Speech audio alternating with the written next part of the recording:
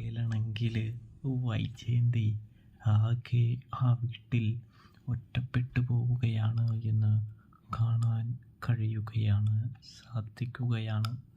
വൈജയന്തിക്ക് ആ വീട്ടിൽ വോയിസ് ഇല്ലാതായി പോകുന്നൊരു കാഴ്ചയാണ് പ്രേക്ഷകരെ, പ്രിയ കൂട്ടുകാരെ, നമുക്ക് കാണാൻ സാധിക്കുക.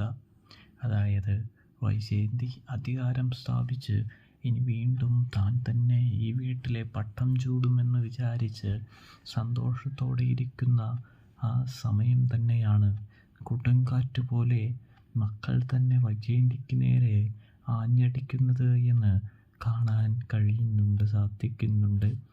ഒടുവിൽ മക്കളും ഭർത്താവും ഉപേക്ഷിക്കുമ്പോൾ ഒന്നും ചെയ്യാനാകാതെ വൈജയന്തി നിസ്സഹായതയുടെ പടികൾ ചവിട്ടിക്കയറുകയാണ് എന്ന് കാണാൻ കഴിയും.